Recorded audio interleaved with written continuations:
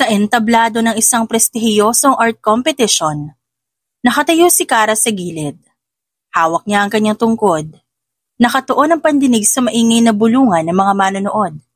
Sanay na siya sa ganoong ingay. Mga tanong kung paano siya nakapasok. Mga pangungutya kung bakit siya pa ang naglalakas loob. Sa gitna ng lahat, tahimik siyang umiti. Alam niyang hindi mata ang puhunan niya kundi puso. Hindi ko talaga maintindihan. Mariing wika ni Jane habang sinusuri ang sariling canvas. Halos naramdaman ni Kara ang kayabangan sa bawat tikwas ng boses nito. Paano ba naman? Isang bulag na pintor ang mas pinapaboran kesa sa mga tunay na nakakakita. Nakakahiya. Nag-igting ang panga ni Kara. Hindi na bago ang mga salita ni Jane. Pero sa bawat pag-uulit nito, mas tumitibay ang kanyang paninindigan. Nakakahiya? Hindi, Jane. Ang nakakahiya, yung may mata ka pero hindi mo alam kung paano gamitin. Sayang ang paningin kung wala ka namang respeto sa kapwa. Napahagik-gik si Jane. Halatang naisaktan siya sa mga salita. Respeto? Don't make me laugh. Ang art, nakikita, hindi ini-imagine lang. Hindi to charity show para sa mga tulad mo. Kung ganun, mabilis na tugon ni Kara. Ba't hanggang ngayon ako pa rin ang binabanggit mo? Bakit ako ang iniisip mo gabi-gabi bago ka matulog? Simple lang. Natatakot ka. Dahil kahit anong galing mo sa mata, hindi sapat para tabunan ng lakas ng loob at talinong hindi mo kayang pantayan. Tahimik ang paligid. Ilang estudyante at kapwa pintor ang napatingin sa kanila, ramdam ang tensyon. Si Jane na paatras ng bahagya. Hindi sanay na nareresba ka ng ganon. Kara, ngumisi ito at pilit na kumakapit sa kayabangan. You talk too much. Ngumiti si Kara, bahagyang nakataas ang baba. And yet, every word I say cuts deeper than your brush ever could. Muling bumuntong hininga ang ilan sa paligid. May mga pabulong na pumapalakpak, halatang namamangha sa tapang ng bulag na pintor na hindi marunong umatras. Pinakawalan ni Kara ang tungkod at diretso humarap sa boses ni Jane. Kung kahihiyan ang tawag mo sa pagpupursige, kung kahihiyan ang pagtanggap ng sarili kong kapansanan, at paggawa pa rin ng higit pa kesa sayo, mas gugustuhin ko maging kahihiyan kesa maging ikaw, na may mga mata nga, pero bulag sa tunay na halaga na sining. Namilog ang bibig ni Jane. Naramdaman ni Kara ang bahagyang pagkilos ng hangin. Marahil umatras ito. Sumiklab ang bulungan sa buong lugar. Mas malinaw at mas matindi kesa kanina. Ngunit di pa tapos si Jane. Kaya mo lang magsalita ng ganyan dahil may mga taong naaawa sa'yo. Kapag wala na yung awa, wala ka na ring halaga. Huminga ng malalim si Kara. Hindi siya papayag na mauwi sa habag ang tingin sa kanya. Hindi ko hinihingi ang awa ng kahit sino. Hindi ko hinahangad na kaawaan. Kung pahalagahan ang sining na nilikha ko, nasa kanila na yon. Kung tingin mo awa lang ang dahilan kung ba't nananalo ako, ba't di mo subukang kalabanin ako ng patas? Iwanan mo yung panlalait. Patunayan mo sa canvas na mas magaling ka. Tahimik si Jane. Hindi na ito nakapagsalita. Sa halip, inis na tumalikod at bumalik sa sariling pintura. Si Kara, nanatiling nakatayo, nakabukas sa mga tenga, dinig ang unti-unting pag-igting ng palakpakan mula sa mga tao. Sa gitna ng tunog na yon, naramdaman niya ang presensya ng ating ang si Leah at ang mahigpit na hawak sa kanyang kamay ni Rowan. Hindi niya kailangan makita ang kanilang mga ngiti. Sapat na ang init ng kanilang paghawak upang ipaalala sa kanya na hindi siya nag-iisa. Sa sandaling yon, alam ni Kara na nanalo na siya. Hindi pa man nailalabas ang kanyang obra. Nasa kalagitnaan ng kompetisyon si Kara. Tahimik siyang nakaupo sa harap ng kanyang canvas. Ang mga daliring marahang gumuguhit sa ibabaw ng pintura. Kabado siya ngunit hindi niya ipinapahalata. Sa isip niya, malinaw ang larawan. Isang babae at batang magkahawak kamay sa ilalim ng araw. Larawan ng pag-asa sa kabila ng hirap. Narinig niya ang lagatik ng mga brush mula sa iba't ibang kalahok, kabilang na ang mabilis at mariing galaw ni Jane sa kanyang kanan. Sa bawat kompas nito, laman ni Kara ang mabigat na titig ng babae sa kanya. Sigurado ka mo matatapos mo yan, Kara? Usal ni Jane, may bahid ng panunuya sa bawat salita. O baka naman katulad lang yan ng mga pangarap mo. Malabo at walang patutunguhan. Hindi nagangat ng ulo si Kara. Patuloy na hinahaplos ang brush sa canvas. Ngunit ang tinig niya banayad at matalim. Parang kutsilyong dumudulas sa balat. At least ako, Jane, may pangarap. Ikaw puro yapang, pero walang laman. Ang dami mong sinasabi, pero kailan ka huling nakagawa ng obra na tinandaan ng mga tao? Natahimik si Jane, bahagyang nag-igting ang panga bago muling nagsalita. Kung di ka bulag, baka mas matindi pa ang makikita nila sa akin kesa sa mga gawa mo. Ngumiti si Kara, marahang inikot ang brush sa daliri. Kung ganyan iniisip mo, then prove it. Kasi, sa tuwing nagtatago ka sa panlalait sa akin, lalo mo lang pinapatunayan na hindi ka kumpiyansa sa sarili mong talento. Napairap si Jane. Kumilos ito na tila babalik sa sariling canvas. Ngunit sa halip, dahan-dahang inilapit ang kamay sa gilid ng painting ni Kara. Narinig niya ang bahagyang kaluskos ng bristles na dumampi sa kanyang obra. Hindi sa paraang nagpipinta kundi paraang naninira. Mabilis siyang kumilos. Hinawakan ang braso ni Jane. Anong ginagawa mo? Tanong niya at ramdam ang panginginig ng galit sa sarili. Wala naman. Mabilis na binawi ni Jane ang kamay. Siguro, nag-aalala ka lang. Hindi ko kasalanan kung masisira ang gawa mo dahil hindi ka nakatingin. Malalim na buntong hininga ang pinakawalan ni Kara. Alam niyang hindi siya pwedeng magwala sa harap ng mga horado at manonood. Muli niyang binalikan ang kanyang painting. Kinapa niya ang namamasang painting, dama niya ang pinsala. Nabahiran ng magaspang na stroke na hindi dapat nandun. Tahimik na pumatak ang bigat ng kabiguan sa dibdib niya, ngunit hindi siya sumuko. Pinikit niya ang isip sa kaguluhan at binalikan ang kanyang plano. Sa oras na yon, nagpasya siyang wag nang ituloy ang nasirang canvas. Sa halip kinuha niya isa pang nakahandang canvas, ang reserbang obra na ilang linggo niyang pinagpaguran. Sa mga sumunod na oras, buong puso niyang tinapos ang reserbang painting. Matapos ang ilang oras ng matinding pagpipinta, natapos ang kompetisyon. Isa-isa, tinipon ng mga horado ang painting upang suriin. Habang hinihintay ang anunsyo, nakatayo lang si Kara sa gilid kasama si Leah at Rowan. Tahimik siyang nag-aantay, hawak ang kanyang tungkod. Galing mo kanina. Bulong ni Rowan habang pinipisil ang kamay niya. Kahit anong mangyari, proud kami sa'yo. Ngumiti si Kara. Salamat. Anong itsura ng painting ko? Makulay na kabayo, tumatakbo sa damuhan. Pero ang langit sa itaas madilim, para may paparating na unos. Pero sa kabila ng malabong kalangitan, ang kabayo tila puno ng lakas at kalayaan. Ang ganda, Kara, ang daming emosyon. Kasing ganda mo ang obra mo. Tukso pa ni Rowan. Ngumiti siya. Huwag ka nang mambola, Rowan. Pero sige na nga, papaniwalaan kita ngayon. Totoo naman na sinabi ko. Kaya nga kita crush eh. Natatangi ang ganda mo. Ramdam niya ang pag-iinit ng kanyang muka. Ayan, nagkulay kamatis ka na. Tudyo pa ni Rowan sa kanya. Kasintahan niya si Rowan. Alam mo, sa totoo lang, kaya kita sinagot kasi ang kulit mo eh.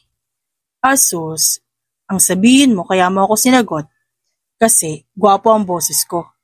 But I'm hoping you'll see me one day. Makikita mo kung gaano ako kagwapo. Di ka lang makulit. Mayabang ka rin. Pero sige na nga, mahal naman kita eh. Nagpatuloy pa ang dalawa sa paglalandian nang tumikim si Leah mula sa likuran ng dalawa. Nandito ako guys, respeto naman po sa may ka-LDR. Pero hindi pa rin maawat ang dalawa sa palitan ng tukso. At nang dumating ang oras ng hatol, hindi ang sirang painting ang nakaharap sa mga horado, kundi ang obra na magpapatahimik sa lahat ng panlalait. Matapos ang awarding ceremony, Unti-unti nagsimulang magsialisa ng mga tao sa gallery. Ang ilan lumapit kay Kara upang batiin siya, habang ang iba naman patuloy na nagbubulungan. Tila hindi pa din matanggap ang kanyang panalo. Habang nag-aayos ng kanyang gamit, narinig niyang may papalapit sa kanya. Banayad ang yapak at may bahagyang pag-aalinlangan sa hakbang. Pasensya na ko, istorbo ako, pero gusto ko lang sana makausap ka saglit. Mahinang sabi ng isang babae. Lumingon si Kara sa direksyon ng tinig. Ramdam niyang may sinseridad dito kaya ngumiti siya. Sige po, ano po yun?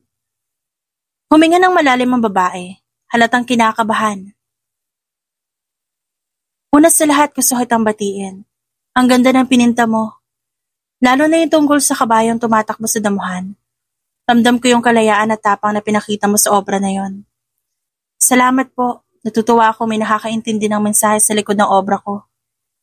Bahagyang tumahimik ang babae. Bago nagtanong, pasensya ka na kung masyadong personal ito, pero inborn ba yung pagkabulag mo? Tumango si Kara. Opo, pinanganak akong bulag. Ang kondisyon ko, tinatawag na congenital blindness. Maraming posibleng dahilan nito, pwedeng dulot ng genetic disorder, underdeveloped optic nerves, or komplikasyon nung nasa sinapupunan pa ako. Hindi ako kailanman nakakita ng liwanag o kulay pero natutunan kong gumamit na ibang paraan para makita ang mundo. May paghanga sa mukha ng babae. Nakakamangha naman. Hindi mo man nakikita ang kulay pero naipapakita mo ito sa iyong sining ng mas buhay pa kesa sa marami sa amin. Muli siyang huminga ng malalim. Tila may gustong sabihin, pero nag-aalangan. May isa akong dahilan kung ba't kita gusto makausap. May anak ako, si Miguel. Nasa ospital siya ngayon. Matagal na siyang may sakit. Napansin ni Kara ang lungkot sa boses ng babae. Pasensya na po ma'am. Ano po sakit niya? May sakit siyang malubha sa puso. At ilang linggo na siyang hindi kumikilos ng masyado. Madalas siyang tulala, pagod, at madalang ngumiti. Pero nung makita niya ang isang painting mo sa art magazine, parang nagliwanag siya. At itong kabayang pininta mo parang siya. Gustong tumakbo. Gustong maging malaya pero hindi niya magawa dahil sa kanyang kondisyon. Simula nun araw-araw niya hinihiling na sana makita kanya ng personal. Pero hindi siya pwedeng lumabas ng ospital. Kaya ako na lang lumapit sa'yo. Nanahimik si Kara. Ramdam niya ang bigat ng emosyon sa kwento ng babae. Hindi man niya nakikita ang painting na ginawa niya, dama niya ang kahalagahan nito sa isang batang hindi niya pa nakikilala. Gusto ko sanang bilhin ng isa sa mga painting mo kung pwede. Gusto ko mapasaya si Miguel sa kahit ganitong paraan lang. Maya-maya ngumiti siya. Gusto ko rin po siyang mapasaya. Aniya habang marahang hinawakan ng painting na nasa kanyang tabi. Gusto ko pang ibigay ito sa kanya. Napadilat ng malaki ang babae at tila hindi makapaniwala. Pero hindi ba't napakahalaga nito para sa'yo? Hindi Kara, bibilin ko na lang itong painting mo. Naku, wag na po. Mas mahalaga kung mapapasaya ng painting ko si Miguel. Hindi lamang po para sa akin ng art. Ito po para sa mga tao nakakahanap ng kwento at damdamin sa loob nito. At kung ang painting na ito makakapagbigay ng kahit konting saya kay Miguel, mas gugustuhin ko mapunta to sa kanya. Hindi napigilan ng babae ang mapaluha. Maraming salamat, Kara. Hindi mo alam kung gaano kahalaga ito para sa amin. Hinawakan nito ng maingat ang painting. Tila isang kayamanang natanggap. Si Kara naman ay ngumiti. Alam niyang sa simpleng paraan may isang batang magiging masaya kahit sa sandaling panahon. Tahimik na nakaupo si Kara sa balkonahe ng kanilang bahay. Malalim ang kanyang iniisip. Hindi niya napansin ang presensya ni Rowan sa kanyang tabi. Nagitla siya nang maramdamang haplusin nito ang kanyang balikat. Ayos ka lang. May iniisip lang ako. Naramdaman niya umupo ito sa katabing upuan. And what is it? Iniisip mo na naman ba yung pangungutya ni Jane? She's a waste of time. Kara, isipin mo na lang ang solo exhibit mo kay Miss Herrera. Kahit hindi niya nakikita, alam niya nakangiti ito kaya ngumiti din siya. Isa pa yun sa iniisip niya. Pero may bumabagabag sa kanyang isipan noon pa man. Makakakita pa kaya ako? Biglang tanong niya. Of course. Di ba sabi ng doktor may pag-asa? Kaya yun ang dapat natin panghawakan ngayon. Maghihintay lang tayo. May darating din na magiging donor mo. Sandaling natahimik si Kara. Nawawalan na ako ng pag-asa, Rowan. 26 na ako. Dami kong pag-aalinlangan. What if hindi na talaga ako makakita? Kahit pa sabihin nating may donor na ako. Nag-usap na tayo dyan, Kara, di ba? Sabat ni Leah kalalabas lang ng balkonahe. Kung wala kang donor, edi ako. Kaya ko isakripisyo ang sarili ko para sa'yo. Kaya please lang, huwag ka mawala ng pag-asa. Malalim na buntong hininga ang pinakawalan ni Kara bago tumango. Malaki ang pasasalamat niya. Dahil sa tuwing nawawalan siya ng pag-asa, palaging naroon ang ate Leah niya at si Rowan para palakasin ang loob niya. Tahimik ang art studio ng hapong yon. Ang mga canvas ay nakapila sa dingding at ang amoy ng pintura ay laganap sa hangin. Kahit bulag, alam ni Kara ang bawat sulok ng espasyo. Ang mga brush na nakapila sa mesa, ang pamilyar na tekstura ng lumang kahoy na easel. Sa tabi niya abala si Rowan sa paglilinis ng paleta. Samantalang si Leah naman nakaupo sa silya nagbabasa ng magazine. Habang marahang hinaaplos ni Kara ang canvas, biglang tumunog ang kanyang cellphone na nakalapag sa mesa. Napahinto siya. Rowan, can you check that for me? Kinuha ito ng binata at tinignan. It's an unknown number. Pagkasagot ni Rowan, iniabot nito agad ang telepono. It's for you, Kara. A woman's voice. Pagsang-ayon ng kanyang ating si Leah. Dahan-dahang kinuha ni Kara ang cellphone. Hello? Sa kabilang linya, maririnig ang mahinang pagikbi ng isang babae. Kara, this is Teresa, Miguel's mother. Parang huminto ang oras para kay Kara. Naging masinsina ng kanyang pakikinig. Mrs. Teresa, kumusta po si Miguel? Did he like the painting? Isang mahabang katahimikan ang sumunod at saka bumigay ang tinig ng babae. He loved it so much. He wouldn't let it go. Lagi niya yung tinititigan. Para nakikita niya isang mundo na mas maganda kaysa sa ospital na kinahihigaan niya. Ngunit kasunod no, naputol ang boses ng ginang. Humulagpos ang mas malakas na higpi. But Miguel, he passed away. He's gone, Kara. Parang may matalim na bagay na tumusok sa dibdib ni Kara. Napakapit siya sa mesa at halos mabitawan ang telepono. Oh my God! Si Miguel! Mahina at puno ng pighati ang kanyang tinig. Lumingon si Rowan. Agad lumapit at hinawakan ang balikat niya. Si Leah na may natigilan. Natulala bago tuluyang napaiyak na rin. Before he closed his eyes, he held your painting. He said it made him happy. That it gave him peace. I wanted you to know, Kara. You brought joy to my son in his final days. Tumulo ang luha sa pisngi ni Kara. Hindi niya mapigilan.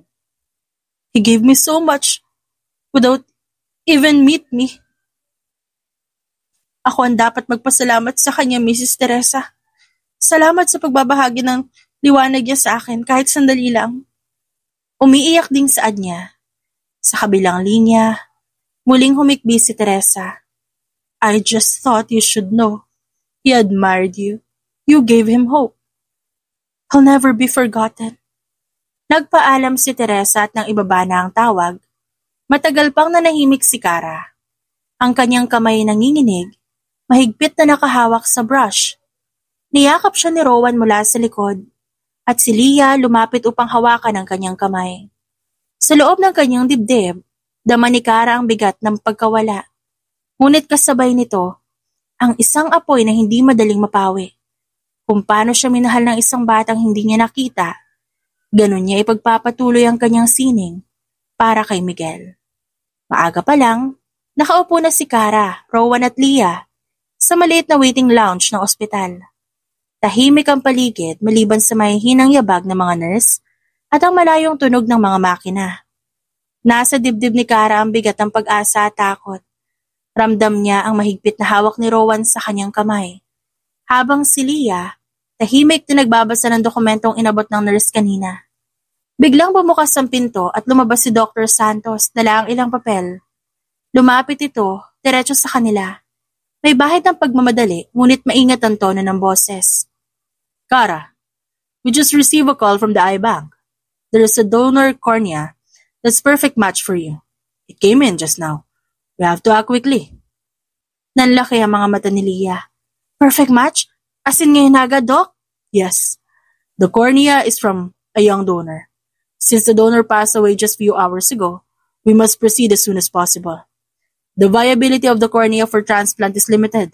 Usually, within 24 to 48 hours. The sooner we act, the better the success rate. Tumigil ang paghinga ni Kara sandali. Sa isip niya, bumalik ang mga alaala ng tawag mula kay Teresa, ang ina ni Miguel. Doc?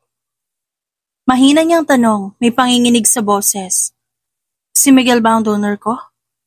Dahan-dahang tumango si Dr. Santos. Yes, his family decided to honor his last wish. His cornea is viable and medically. It's a strong candidate for you. Napahigpit ang hawak ni Kara sa kamay ni Rowan. Si Miguel, ang batang minsang nagpasaya sa kanya nang sabihin nitong mahal niya ang painting. Ngayon kahit wala na, binibigay pa rin ito ang pinakamahalagang bagay, ang liwanag. Kara, ito na. Di mo kailangan magdesisyon agad pero I'll do it. Kung ito ang hiling ni Miguel, igagalang ko to. I'll have the transplant. Napaluha si Leah at agad siyang niyakap mula sa gilid. Kara, ito na yung pagkakataon mo. Mabubuhay si Miguel sa pamamagitan mo. Huminga ng malalim si Dr. Santos at marahang tumango. Good. I'll inform the surgical team to prepare the operating room. Kara, we'll run some final pre-operative tests, blood work, ECG, and anesthetic evaluation. After that, we can schedule the surgery for later today. Today? Bulalas ni Rowan. Yes, time is critical. We want the surgery within the next few hours. Tahimik lang si Kara, pinakiramdaman ang bigat ng bawat salita. Mabilis at halos di makasabay. Ngayon na, sa wakas may pagkakataon na siyang makakita. Ngunit kasabay ng pag-asa, ramdam din niya ang bigat ng pagkawala. Matapos ang ilang sandali, sinamahan sila ng nurse sa pre-op department. Habang kinukunan siya ng dugo at ini-ECG, tahimik lang si Kara. Nakapikit, iniisip ang magiging buhay niya pagkatapos ng operasyon. Kara, natatakot ka ba? Tanong ni Rowan habang hinihintay sa gilid. Alanganin siyang umiti, kahit nanginginig ang labi. Oo, pero higit pa dyan pakaramdam ko nagpapasalamat ako. Natatakot at nagpapasalamat at the same time, posible ba yun? Oo naman. Yun ang nagpapalakas sa'yo. Dumating muli si Dr. Santos matapos ang tests. Everything looks good. Your vitals are stable. The transplant team is on standby. We can proceed by late afternoon. Napatango si Kara. Handa na ako. Binigyan sila ng ilang minuto para makapagpahinga bago siya dalhin sa pre-op holding room. Doon nagsalita si Leah, pinahid ang luha sa kanyang pisngi. Kara, kapag nagising ka mamaya, baka ibang mundo na yung makikita mo ah. Hindi mo na kailangang hulaan kung ano itsura ng kulay at kung ano itsura ni Rowan. Tumawa si Kara bagamat may bahid ng kaba. Matagal ko na ipinipinta sa isip ko. Siguro ngayon sa wakas makikita ko na kung tama yung pagkakagawa ko. And when you do, I'll be right here. First thing you'll see me. Then I'll have no regrets. Maya-maya dumating ang nurse para dalhin siya papasok sa operating wing. Bago siya tuluyang isalang, huminto siya saglit at tumingala. Parang kinakausap ang batang hindi niya makikita. Salamat Miguel. Sa pagbabahagi ng iyong liwanag sa akin. Hinding-hindi ko ito sasayangin.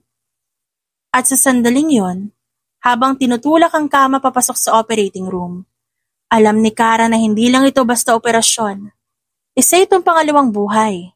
Isang panibagong paglalakbay na dala ang alaala at kabutihan ng isang batang nagbigay ng liwanag. Makalipas ang halos isang buwan, mula nang matagumpay ang operasyon, dumating ang araw na tuluyan ang aalisin ng eye patch ni Kara. Nakaupo siya sa klinika, ramdam ang malamig na hangin ng aircon, ngunit mas nangingibabaw ang kabog ng kanyang dibdib. Nanginginig ang kanyang daliri habang mahigpit na kumakapit sa braso ng upuan. Dahan-dahan, inaalis ng doktor ang takip sa mata ni Kara. Kumabog ang kanyang dibdib, nanginginig ang kanyang daliri sa kaba at pananabik. Unti-unting pumasok ang liwanag at sa unang pagkakataon hindi lang dilim ang nasa kanyang mundo. Sa harap niya, unti-unting lumitaw ang isang pamilyar na muka. Mapait ang ngiti ni Rowan. Namumula ang mga mata kakaiyak, ngunit puno ng pagmamahal. Nanlaki ang mga mata ni Kara. Saka siya mahinang ngunit may birong nagsalita. Rowan, grabe, ang pangit pala ng boyfriend ko. Napasinghap si Rowan at nanlaki ang mga mata. Saka natawa ng may halong pag-iyak. Hoy, pagkatapos sa lahat ng paghihirap natin, yan agad bungad mo? Joke lang, kwapo ka pala. Pero mas kwapo pa rin ang boses mo. Ngumiti si Rowan sabay hawak ng mahigpit sa kamay niya. Paglingon ni Kara, nakita niya ang isang babaeng may pamilyar na aura. Matagal niya na nakilala ang haplos at boses nito. Ngunit ngayon lang niya nasilayan. Si Leah, ang ate niyang tumayong magulang matapos silang maulila. Ate, ngayon ko lang nakita kung gaano kakaganda. Pabulong na sambit ni Kara. Lumapit si Leah at niyakap siya ng mahigpit. Umiiyak habang paulit-ulit na sinasabi. Mahal na mahal kita, Kara. Hindi na sayang lahat ng sakripisyo ko. Isang umaga, dinala siya ni Rowan pabalik sa kanyang art studio. Nang buksan ni Rowan ang pinto, sumalubong kay Kara ang pamilyar na amoy ng pintura at kahoy. Ngunit ngayong may paningin na, iba na ang lahat. Nakita niya ang mga canvas na nakahilera, ang mga brush na nakatusok sa isang garapon, at ang mga kulay na minsang inilarawan lamang sa kanya ni Leah. Napahawak siya sa dibdib at napangiti. So this is what looks like. Lumapit si Leah at tuwang-tuwa sa reaksyon ng kapatid. Kara, ngayon mo lang sila nakikita ng ganito. Hindi mo nilang nai-imagine and this is real. Kinuha ni Rowan na isang brush at inabot sa kanya. You've waited for this moment. Ready ka na ba to paint again? Huminga ng malalim si Kara at umupo sa harap ng blankong canvas. Inilubog niya ang brush sa pintura. Pinagmasdan ng matingkad na asul na dati kulay lang sa kanyang imahinasyon. Ngayon, nakikita niya ang tunay na lalim at ningning nito. Nang dumikit ang unang stroke sa canvas, nakaramdam siya ng kakaiba, isang uri ng kakaibang kalayaan. I used to paint with my heart, but now I can finally paint with my eyes, both together. Mula nang matapos ang operasyon, mahigpit ang bilin ng doktor. Bawal muna siya magpinta na isang buong taon. Kailangan ng mata niyang sapat na oras upang tuluyang gumaling at hindi masira ang naging tagumpay ng transplant. Alam ni Kara na yun ang pinakamahirap na pagsubok para sa kanya. Ang lumayo sa bagay na pinakamamahal niya. Samantala, sa labas ng kanyang tahimik na mundo, patuloy na umaarangkada ang pangalan ni Jane. Sunod-sunod na exhibits nito, halos lahat ng art magazine may larawan at artikulo tungkol dito. Tuwing mapabanggit ang pangalan ng dating karibal, ramdam ni Kara ang unti-unting pagkakalunod sa ingay ng tagumpay ni Jane habang siya tila nakatigil. Nakapako lamang sa panahon ng paghihintay. Isang gabi, habang nanonood siya ng balita kasama si Rowan at Leah, lumabas ang panayam kay Jane. Nakangisi ito habang nakaupo sa harap ng kamera. At ang mga salitang binitawan ay parang punyal na tumusok sa dibdib ni Kara. Alam mo? Tanggap na ni Kara ang pagkatalo. Nakangising sabi ni Jane. Siyempre, paano siya makakabalik kung bulag siya? Walang lugar ang mga may kapansanan sa mundong to. Kung gusto nila makipagsabayan, wala na siyang pag-asa na pantayan ako, lalo na ngayon. Nanigas si Kara sa kinauupuan niya. Ang mga salita ni Jane nag-e-echo sa isip niya. Hindi lang insulto, kundi tila pagkitil sa bawat butil ng dignidad na pinaghirapan niyang itayo. Napahagat siya ng labi. Pilit na pinipigilan ang pagpatak ng luha. Ngunit hindi na itago ang panginginig ng kanyang mga kamay. Kara. Mahina ang tinig ni Rowan, puno ng pag-aalala. Ngunit hindi sumagot si Kara. Sa halip tumayo siya, lumakad patungo sa kanyang silid. At doon naupo sa harap ng mesa, kung saan nakapatong ang mga nakasarang sketchbook. Ang bawat pahina niyon, tila sumisigaw ng pangungulila, nang hindi magamit, hindi mabuksan. Kung ganito palagi, lagi na lang akong titignan bilang mahina. Lagi na lang akong kukutyain. At doon nagpasya siya. Hindi pa oras malaman ng lahat ang kanyang sikreto. Mananatili siyang bulag sa paningin ng mundo. Hindi dahil natatalo siya, kundi dahil nais niya ipakita sa tamang panahon kung sino talaga siya at kung gaano kalayo ang kanyang mararating. Sa gitna ng kanyang galit at determinasyon, muling sumiklab ang apoy sa puso niya. Ang mga salitang ibinato ni Jane, ang mismo naging gatong upang lalo siyang mangarap at maghanda. Hindi siya mawawala sa larangan ng sining. Hindi siya susuko. Darating ang araw na muling haharap siya sa canvas. At sa sandaling yun hindi lang si Jane, kundi ang buong mundo ang kanyang gugulatin. Ilang linggo matapos ang araw na yon, nagsimula na ang paghahanda para sa kanyang solo exhibit. Sa studio, abala si Rowan sa pag-aayos ng mga canvas, habang si Leah nakikipag-usap sa organizer sa telepono. Cara Cruz, The Blind Painter's Light. Ito ang pamagat ng exhibit. Ngunit sa puso ni Cara alam niyang may mas malalim pang katotohanan sa likod ng titulong yon. Habang nagpipinta siya ng isa pang obra, lihim niyang pinagmasdan ng paligid. Ngayon, hindi na imahinasyon kundi tunay na paningin ang gamit niya. At sa bawat stroke ng brush, tiniyak niya ang kanyang sining ay magiging sagot sa lahat ng panlalait at inggit na minsang binato sa kanya. Soon, malalaman ng mundo kung sino talaga ako. Pero hindi pa ngayon. Hahayaan ko muna sila ipakita ang kanilang tunay na kulay. At sa unang pagkakataon, hindi na siya natatakot. Siya si Cara Cruz. Hindi lang bulag na pintor, kundi ang pintor na muling nakakita. Handang subukin ang katapatan ng mundo. Sa grand opening na exhibit ni Cara, puno ang gallery ng mga bisita, critics, collectors at ilang kilalang personalidad. Ang titulo, The Blind Painter's Light. Tahimik na nangingibabaw ang mga obra sa pader. Bawat isa ay parang nagsasalita ng sariling kwento. Sa gitna ng mga tao nakaupo si Cara sa isang silyang kahoy. Hawak ang baston na gamit niya bilang props. Nakasuot siya ng simpleng puting polo at itim na pantalon. Elegante pero hindi labis na pansin. Sa tabi niya laging nariyan si Rowan, palaging nakabantay, habang si Leah, abala sa pakikipag-usap sa press. Di nagtagal dumating si Jane, nakasuot ng pulang bestida, may kumpiyansa at mapanuyang ngiti. Isa siya sa mga taong dati nagdududa sa kakayahan ni Cara, at minsan pa'y pinakalat ng chismis na gawa-gawa lang ang kanyang bulag na obra para kumita. Wow! Bungad ni Jane, habang lumalapit. Nililibot ang mga mata sa paligid. Nakakabilib to. Ang daming naniniwala sa kwento mo. At solo exhibit pa? For what? Para patunayan ang sarili mo? Ang layo na narating ko, Cara. At duda ako kung maaabot mo yon. Mas masaklap pa. Hinding-hindi mo na ako mapapantayan. Ngumiti si Cara at nakikinig lang sa tono. Hindi niya inaangat ang ulo para manatili ang ilusyon na hindi siya nakakakita. Thank you for coming, Jane. Mahina niyang sabi, calm and gentle.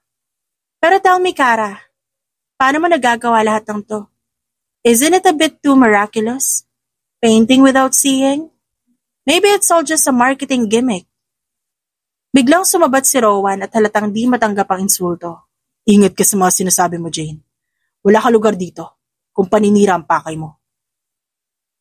Ngunit pinigilan siya ni Cara sa pamamagitan ng mahinang hawak sa kamay nito. It's okay, Rowan. Alam mo sayang ka at sa bulag ka lang napunta. Tapos binalingan niya si Jane. Ang boses niya mas lumalim at mas buo. You know, Jane, when I was blind, I had nothing but my ears and my imagination. Audiobooks, lecture, even philosophy. I devoured them all. I may have lost my sight, but I never lost my vision. Nagulat si Jane. Hindi sanay marinig ang ganyang kasiguraduhan mula sa kanya. That doesn't prove anything. It doesn't have to. My paintings speak for me. Look around you. Every single piece was made when I couldn't see with my eyes. Yet people feel them. That's the power of truth. Just so you know. Truth? O baka manipulasyon lang? Baka naloko mo lang silang lahat para mapaniwala na isa kang tragic prodigy. Isang bulag na pintor kay gandang pakinggan. Kay sarap pagkakitaan. Muling sumabat si Rowan at halata na ang inis. Kung inggit lang ang dahilan kaya ka nandito, Jane, mas mabuting umalis ka na. Pero hindi umatras si Kara. Bahagyang tumingala siya, kahit di nakatingin ng diretsyo. Laging kukwestiyonin ng mga tao ang mga bagay na hindi nila nauunawaan. May ilan dahil sa kuryosidad, may ilan na dahil sa inggit. Pero sabihin mo sa akin, Jane, ano ba talaga nakikita mo kapag tinitignan mo ang mga obra ko? Panlilin lang ba? O ang sarili mo? Frustrated, mapait, at ninanais na sana, taglay mo rin ang parehong tapang. Napakunot ang noon ni Jane. Hindi makapagsalita. Maraming bisita ang napatingin sa kanila at nagbubulungan. It's not about the eyes, kundi pananaw. Ang bisyon hindi nakakahon. Sa paningin lang. At ikaw, Jane, pinalingan mo ang sarili mo. Sa sarili mong kayabangan. Tahimik ang buong gallery. Kahit si Leah na kanina nakikipag-usap pa, napahinto para makinig. You talk big for someone who can't even see. Bahagyang umiti si Kara. Palihim. Few only knew. Bulong niya sa isip. Pero hindi siya nagpatalo. Maybe I don't need to see you, Jane. Your words paint a clearer picture than your face ever could. Halos palakpakan ng mga tao naroon. May ilan pang tumango at nagsabing, tama siya. Grabe, ang lalim. Naramdaman ni Jane na unti-unting pagtalikod ng crowd sa kanya. This conversation is pointless. Enjoy your night, Kara. At naglakad siya paalis. Halatang tinalo sa sariling laro. Pagkaalis niya, lumapit si Rowan kay Kara. You were amazing, love. Ang tapang mo. Napangiti si Kara. Mahina ngunit puno ng bigat. Di ko nga kailangan labanan siya gamit ang galit eh. Mas matalim ang salita kapag nagmumula sa katotohanan. And truth will always protect you. Habang nagpatuloy ang gabi, muling lumingon si Kara sa mga obra. Hindi pa rin alam ang karamihan, ang buong katotohanan na kaya niya nang makakita. Kinabukasan, matapos sa matagumpay na pagbubukas ng exhibit, maagang dumating si Kara kasama si Rowan at Leah. Nakasuot siya ng maong at puting polo. Hawak pa rin ang kanyang baston upang mapanatili ang pagpapanggap. Sa isip niya, masaya pa rin ang alaala ng gabi. Ang mga papuri, ang mga mata ng mga taong tunay na humahangas sa kanyang sining.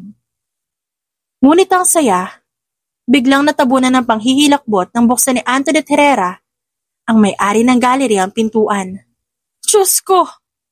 Halos mapasigaw si Antoinette. Kara, Rowan, tignan niyo to! Pagkapasok nila agad sumingaw ang amoy ng pintura at basang kahoy. At doon tumambad ang tanawin ng mga canvas na pinilas, winasak, nilagyan ng pintura at tinaas-taas ang vandalismo. Ang ilan tinadtad ng cutter, ang iba'y binuhusan ng solvent. Ang dating makukulay na obra ngayon mga bangkay ng sining. Hindi. This shouldn't be happening. Ngayon isa na lang itong kalat. Who dare? Si Rowan agad nag-init ang dugo. This is intentional, Kara. Hindi to aksidente. Someone wanted to destroy you. Si Leah naman halos maiyak. Ang dami. Lahat ng di nabenta, lahat ng naiwan. Napahawak sa sentido si Antoinette. I'm so sorry, Kara. I should have doubled the security last night. Pero may mga footage tayo sa CCTV, don't worry. I will investigate this thoroughly. Lumipas ang ilang oras ng pagsusuri. Tinignan ng mga staff ang surveillance. Sa maliit na opisina ng gallery, nakaupo sina Kara, Rowan, Leah at Antoinette, habang nakatutok ang mga mata sa lumang monitor. Doon nila nakita, sa kalagitnaan ng madaling araw, pumasok ang ilang taong nakamask, may hawak na cutter at pintura. Ngunit ang pinaka-nakakapangilabot, ang leader ng grupo walang iba kundi si Jane. Nakatayo siya sa gitna ng frame. Nakaayos pa ang buhok halatang walang takot. Tinuro niya ang mga painting ni Kara. Saka inutos ang kilos sa mga binayarang tauhan. At habang winawasak ang mga ito, natatawa pa siya na parang nagwawagi. God! It's her! Siya mismo nagutos. Si Leah halos mabasag ang boses. Hindi na ako magtataka. Mula noon pa puro inggit at manlalait ang dala niya. Tahimik lang si Kara, ngunit ang kanyang panga mahigpit. Ang kanyang daliri kumakapit sa upuan na parang mababali. Hindi na siya makapagsalita. Ngunit ang mga ugat sa kanyang leeg, ang pamumula ng kanyang pisngi, lahat ng yon, sumisigaw ng galit na pilit niyang pinipigilan. Kara, I assure you, we will file a case. Hindi makakalusot si Jane dito. Hindi lang ito property damage. This is a crime against art itself, against you. Biglang tumayo si Kara. Hawak pa rin ang baston. Ngunit para bang wala na siyang pakialam kung magbukas siyang bulag o hindi. A crime? Hindi lang ito crime, Miss Herrera. This is war. Nagulat si Rowan, agad siyang lumapit. Kara, kalma lang. We'll handle this legally. Legal ba, Rowan? Alam mo ba kung ilang buwan? Kung ilang gabing walang tulog ay binuhos ko sa mga canvas na to? Alam mo ba ang pakiramdam nung humawak ng mga brush na hindi mo man lang makita upang lumika ng mundong puro dilim? At ngayon wala na sila, tinapon. Dahil lang sa inggit niya? Sumiklab ang luha sa mata ni Leah. Kara, kalma lang. No, she mocked me. She mocked all of us. She thought I'm helpless, that I can't fight back because I'm blind. Nanginginig ang kamay niya. Ngunit sa halip na bumagsak, itinukod niya ang baston at nagsalita ng matalim. But I'm not blind anymore. Natigilan si Antoinette. What do you mean? Nagpakawala si Kara ng mabigat na hininga at parang nawala ang maskara ng kanyang pagpapanggap. Tumitig siya ng diretso sa monitor. Diretso, walang pag-aalinlangan. Sa unang pagkakataon nakita ni Antoinette na ang kanyang mga mata sumusunod sa imahe. Nagulat si Antoinette at halos maluha. Oh my God, Kara! I was waiting. I wanted to know who among them were real. Kaya ako nagkunwaring bulag pa rin. But now she crossed the line. Kara, dadali natin ito sa korte. Matibay ebidensya natin, hindi may kakailangang CCTV. Korte? Sige. Pero gusto ko siyang humarap sa akin. Hindi lang sa bulag na pintor na pinagtawanan niya, kundi bilang babae na sa wakas makakita ng sarili niyang kasinungalingan. Kara, maghinay-hinay ka sa galit mo. Alam ko labis ng sakit ay dinulot niya pero kailangan natin kumilos ng may dignidad. Pangalan mo. Ito ang nakataya dito, ang karera mo na sa panganib. Napapikit si Kara, ngunit dumaloy ang mga salita naglalagablab. Ang karera ko. Nadungisan na ng kanyang inggit, pero ang dignidad ko, hinding-hindi ngayon maagaw sa akin. Tahimik ang lahat. Tanging tunog ng monitor ang nagpatuloy. Paulit-ulit na pinapakita ang paninira ni Jane. Pagkatapos ng ilang sandali, tumayo si Antoinette at tinawakan ang balikat ni Kara. Pinapangako ko sa iyo, Kara, bilang may-ari ng gallery na ito. Hindi ko hahayaang makalusot ang bagay na ito. Tatawagan ko ang abogado ko ngayon. Hustisya ipapatupad. Ngunit tumingin si Kara ng matalim. Hustisya ang isang bagay, pero gusto ko makita ng mundo ang tunay niyang kulay. Kung paano sinira niya ang obra ko, sisirain ko ang kanyang maskara. Kinabukasan, muling binuksan ang art gallery ni Antoinette Herrera para sa press conference. Kumalat ang balita tungkol sa vandalism ng mga obra ni Kara. Maraming mamamahayag at art critics ang dumating upang marinig ang kanyang panig. Nasa harap ng stage si Antoinette. Nakatayo sa tabi ni Kara, Rowan at Leah.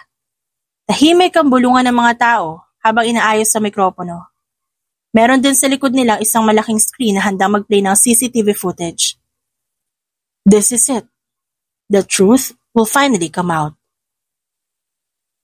Ladies and gentlemen, panimula ni Antoinette, kalmado ngunit authoritative. Thank you for coming on such short notice. We are here to address a grave incident that occurred in this gallery last night. Several paintings of Kara Cruz were deliberately destroyed. Nagingay ang mga mamamahayag, sabay-sabay na nagtanong kung sino ang gumawa. May suspect na ba? Itinaas ni Antoinette ang kamay upang patahimikin sila. Yes, we have undeniable proof. But before we reveal it, I want to give Kara the chance to speak. Lumapit si Kara sa podium. Dala pa rin ang kanyang baston kahit malinaw na nakakita na siya. Huminga siya ng malalim. Maraming salamat po sa inyong lahat na narito. I know many of you came to see the truth, but for so long, I have been doubted, ridiculed, even mocked. Sandaling tumigil siya at sa isip niya sumagi ang mga alaala ng tawa ni Jane at ang mapanuyang salita nito. But last night, my paintings were destroyed not by accident, not by nature, but by envy. And I will not stay silent anymore. Nagingay muli ang crowd, ngunit bago pa lumala, tinawag ni Antoinette ang technician. Play the footage. At doon sa harap ng lahat lumabas sa screen ng video mula sa CCTV. Kitang-kita si Jane. Nakapula pa ng bestida, habang nag-uutos sa mga taong winawas sa mga canvas ni Kara. Nagkagulatan ang mga ito. May ilan pang napabulalas ng mga salitang hindi inaasahan. Ang kamera, sabay-sabay na nag-click. At parang itinakda ng tadhana, biglang bumukas ang pinto ng gallery at dumating si Jane. Suot niya ang sunglasses at isang mamahaling coat. May kasamang 2 kaibigan. Ngunit na makita ang footage na paulit-ulit na tumutugtog ng laki ang kanyang mga mata. What's this? This is edited. Fake yan! Singhal niya, habang pilit pinapakalma ang sarili. Hindi na nakatiis si Rowan at agad sumugod. Edited? Really, Jane? You think people are stupid enough to believe that? Nasa harap na lahat ng ebidensya. Kara, what do you say about this betrayal? Lumingon si Kara kay Jane. Ramdam ang pag-igting ng damdamin. Betrayal? This is not betrayal. This is cowardice. Humakpang siya pababa mula sa podium, diretso kay Jane. Tinawag mo ako mandaraya. Kahihiyan lang sa mundo na sining. Isang taong di karapat-dapat dahil ako'y bulag. Pero sabihin mo, Jane, ano ang tawag mo sa mga taong sinisira ang gawa ng iba sa dilim ng gabi? Hindi ba't yan ang tunay na kahihiyan? Lies! I have nothing to do with this. Sigaw ni Jane, nanginginig na. Muling tumigil ang lahat na lumapit si Antoinette. Hawak ang tablet. Jane, don't deny it. You signed in at the gallery that night. You bribed the guard in here. We traced the payment you gave to those men. Do you still want to deny it? Halos wala ng kulay ang mukha ni Jane. Ngunit pilit pa rin siyang lumalaban. Kara, manipulated all of you. She's not even blind anymore. This is all a scheme. Nagulat ang crowd. Nagtatalo-talo ang mga mamamahayag. Ngunit bago pa tuluyang kumalat ang gulo, ngumiti si Kara. Malamig ngunit matalim. Yes, Jane, you're right. I'm not blind anymore. Tumigil si Kara. Marahang iniangat ang ulo. Tumingin diretso sa mga kamera. Ngunit nung pininta ko ang mga obrang sinira mo, hindi ako makakita. At gayon pa man, naramdaman ng mga tao ang mga ito. Dahil ang sining hindi tungkol sa paningin kundi sa bisyon. Naalala mo yung sinabi ko? Isang bagay na hindi mo mauunawaan. Parang umalingaw-ngaw ang bawat salita niya sa buong bulwagan. Kara, ito na ba ang comeback mo after a year na nawala sa industriya? Bakit ka nga pala nawala? Singit ng isang reporter. Tumango si Kara at kita sa kanya mukha ang bigat at tapang sa katotohanan. I had to rest. Dumaan ako sa isang operasyon. Isang eye transplant. At sa loob na 1 taon bawal ako magpinta. Habang nagpapahinga ako, habang pinipilit kong buuin muli ang sarili ko. Walang ibang ginawa si Jane kundi pintasan ako. Paulit-ulit yung sinasabi na wala akong pag-asa. Natapos na ako. Napatingin siya kay Jane.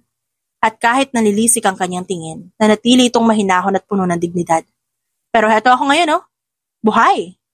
Nakakakita tigit sa lahat mas malakas kesa dati. Ang crowd ay muling napasigaw at nagpalakpakan, samantalang si Jane ang lalambot sa kanyang kinatatayuan. Ang lahat ng paninira niyang tinapon laban kay Kara, ngayon bumalik sa kanya ng doble ang bigat. Sa gitna ng flash ng mga kamera at ingay ng palakpakan, si Kara nanatiling nakatindig. Hawak ang mikropono na parang sandata. Lumapit si Rowan at mahigpit na hinawakan ang kamay niya. You did great, Kara. You showed them who you really are. Ngumiti si Kara ngunit alam niyang hindi pa tapos ang laban. Sapagkat mula sa kabilang dulo ng hall, muling nagpakita si Jane, nagtanggal ng sunglasses at nakataas ang baba. Kahit in-escort na siya palabas kanina, tila nakalusot ito pabalik. Dala ang tapang na hindi niya alam kung saan ang galing.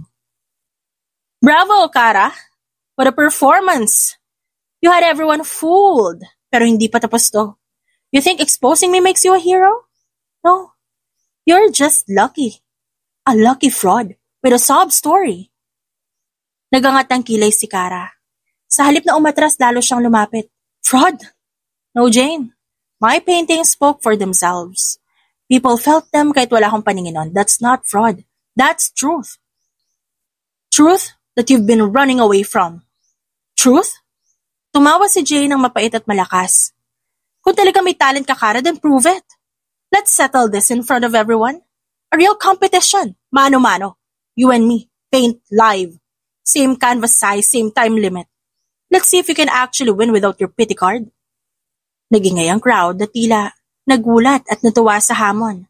May ilan pang sumigaw ng game. At yes, do it.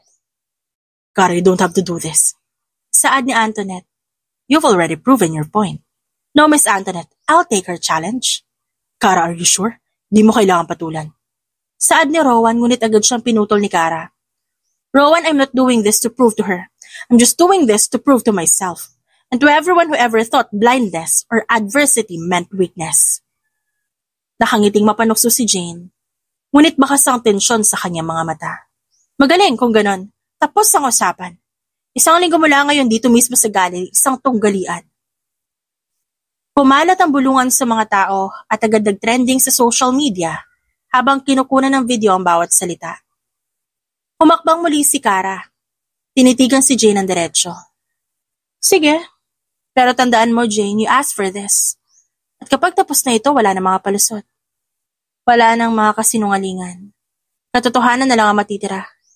At ang katotohanan na magpapalaya sa akin, hindi sa'yo. Sandaling natahimik ang lahat. Si Antoinette bagamat halatang nag-aalala na pangiti rin sa wakas. Sa gilid ng entablado, marahang hinarap ni Rowan si Kara. Kara, delikado to. Gagawin niya lahat para hiyain ka. Ngumiti naman si Kara. Rowan, I was ready the moment I pick up the brush again. Let her try. I won't let anyone bring me down, not anymore. Sa sulok ng hall nakatayo si Jane na parang nagwaging mandirigma sa hamong naipasa niya. Ngunit sa ilalim ng kanyang ngiti naroon ng kaba. Dahil alam niyang hindi nabulag si Kara at ang tapang na ipinakita nito ngayon, hindi niya kailanman nakita noon. At sa gabing yon, nagsimula ang bagong kabanata ng kanilang alitan. 1 week. Bulong ni Kara sa sarili, habang pinagmamasa ng sirang painting na nakasabit pa rin sa paligid. 1 week to show the world who I really am. And this time, I won't just fight with my hands. I'll fight with my soul. Dumating ang araw ng kompetisyon.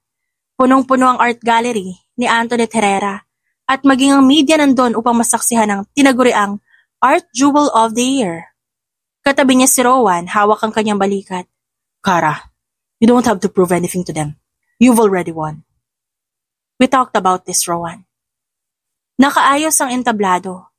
Sabay na kumilos sina Jane at Kara at napansin agad ng lahat ang mabilis na kilos si Jane at sigurado, agresibo, halatang puno ng kumpiyansa.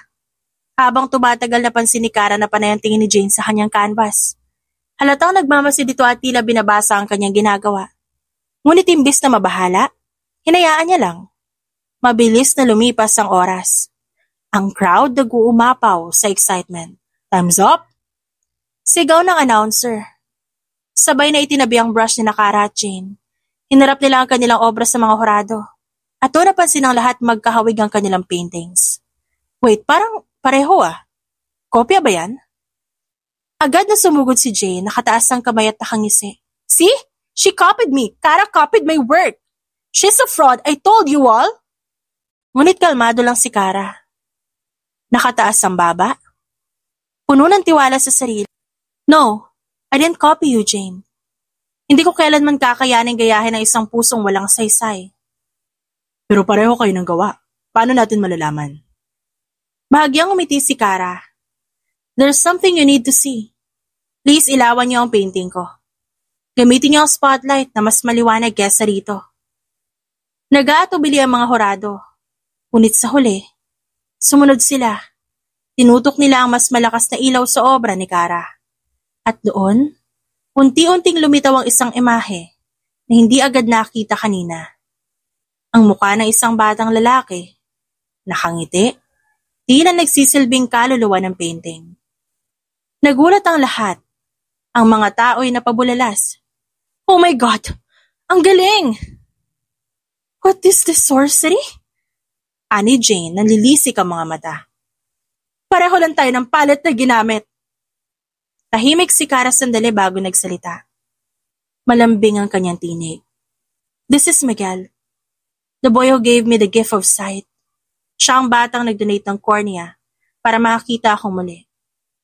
Without him, I wouldn't be here, painting with my eyes open again. Biglang natahimik ang buong gallery. Art is not just color and form. It is a memory, love, sacrifice. Miguel's life lives on every painting I make, and today I wanted the world to see him because he is the true artist behind my vision. Halos sabay na nagpalakpakan at nagtayuan ng mga tao. Samantala si Jane, halos hindi na nakapagsalita. No, this can't be. Lumapit si Antoinette hawak ang mikropono. Ladies and gentlemen, the winner is very clear. Cara Cruz has proven not only her artistry but her soul. This competition is not just about skill, it is about heart. And Jane, you have none of it. Muling sumabog ang masigabong palakpakan. Lumapit si Rowan at agad siyang niyakap ng mahigpit. You did it, Cara. You showed them all. No, Rowan. Miguel did it. I just carried his light.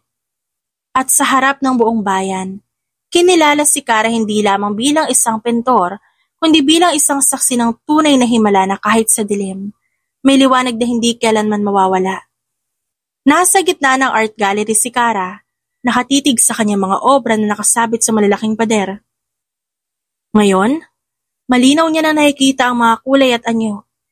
Isang bagay na dati hinuhulaan lang ng isip at damdamin. Sa tabi niya nakatayo si Rowan. Hawak ang kanyang kamay, tila may bigat na iniipon sa dibdib.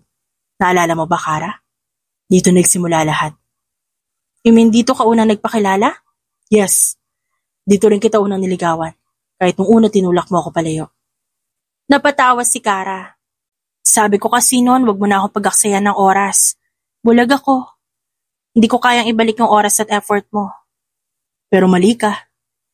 Dahil sa bawat araw nakasama kita. Kahit di mo pa ako sinasagot para ako natututo. Natututo ako kung paano magmahal ng totoo.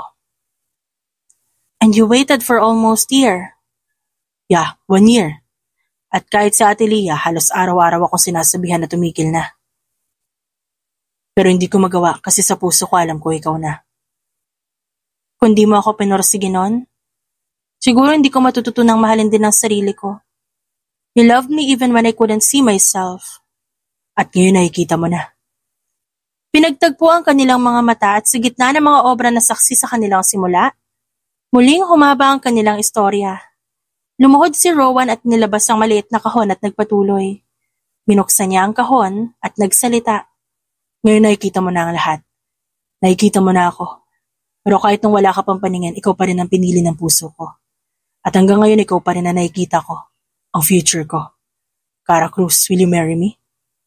Rowan, kahit dati, kahit dilim lang ang nakikita ko, ikaw ang liwanag ng buhay ko. My answer is yes. 1,000 times yes. Tumayo si Rowan at sinuot ang singsing at niyakap siya ng mahigpit. At sa gitna ng mga obra, tuluyang nabuo ang kanilang pinaka-perpektong obra maestra. Ang kanilang pagmamahalan. Mainit ang sikat ng araw nang muling tumayo si Cara sa harap ng bagong itinayong gusali. Malaki ito, moderno ang disenyo, ngunit nakasulat sa ibabaw ng arko ng pinto ang salitang puno ng kahulugan, Miguel Art Academy. Habang nakatingin siya sa pangalan ng paaralan, napangiti siya. Isang pribadong art studio para sa mga batang mahilig magpinta, lalo na yaong mga katulad niyang minsang nilait at hindi binigyan ng pagkakataon. Are you ready? Napalingon siya at nakita ang kanyang asawa, si Rowan. Hindi na lang ito matyagang kasintahan na palaging nasa tabi niya. Of course. This is not just my dream anymore. This is ours. Dumalo sa pagbubukas si Teresa. Maraming salamat, Iha. Hindi ko akalaing ipagpapatuloy mo ang pangarap ng anak ko. Sa ganitong paraan, mabubuhay siya sa puso ng bawat batang matututo dito. Hindi ako magsasawang ipaalala sa lahat kung sino si Miguel. Binigyan niya ako ng pagkakataong makita ang mundo. Kaya't ang bawat obra at bawat batang papasok dito, bahagi rin ng alaala niya. Tumulo ang luha sa mata ni Teresa, ngunit ngiting may halong pag-asa ang umusbong sa kanyang labi. Lumipas ang mga taon at ang Miguel Art Academy, nakilala hindi lamang sa kanilang lugar kundi sa buong bansa. Sa bawat klase, nakaupo siya sa harap ng mga estudyante, mga batang may iba't ibang pinagmulan, iba't ibang kwento. May ilan na mahihirap, may ilang iniwan ng magulang. Ngunit sa mata ni Kara, lahat sila'y may dalang liwanag. Remember, art is not about what you see with your eyes, but what you feel in your heart. Paint with your soul, and your work will never fade. Samantala ang kanyang ate Lia lumipat na sa ibang bansa upang bumuo ng sariling pamilya. Gayunpaman, hindi ito nakalimot. Sa bawat bakasyon, bumabalik si Lia kasama ang mga anak nito upang dumalaw sa kapatid. Si Jane, ang dati niyang karibal, unti-unting nawala sa mundo ng art competitions. Bagaman may halong inggit pa rin sa puso nito, pinili nitong lumayo at magbagong buhay. Napag-alaman naman na nagtuturo ito ng basic art classes sa probinsya, at bagamat hindi nakasing tanyag ng dati, natutunan nitong mamuhay ng tahimik.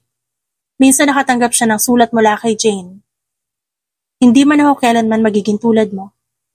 Natutunan ko ang tunay na sining, hindi tungkol sa paghahabol ng papuri, kundi sa pagbabahagi ng damdamin.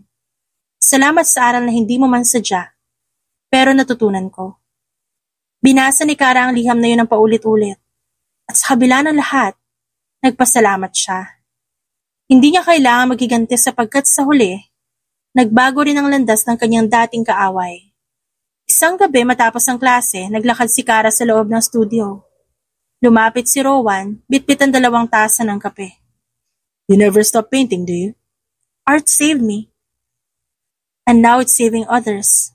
Walang dahilan para tumigil. At sa sandaling yon, nagtagpo ang kanilang mga mata. Makalipas sa mga taon, muling nagdaos ng malaking exhibit si Kara. Dumagsa ang mga bisita, mga kritiko at mga mamamahayag.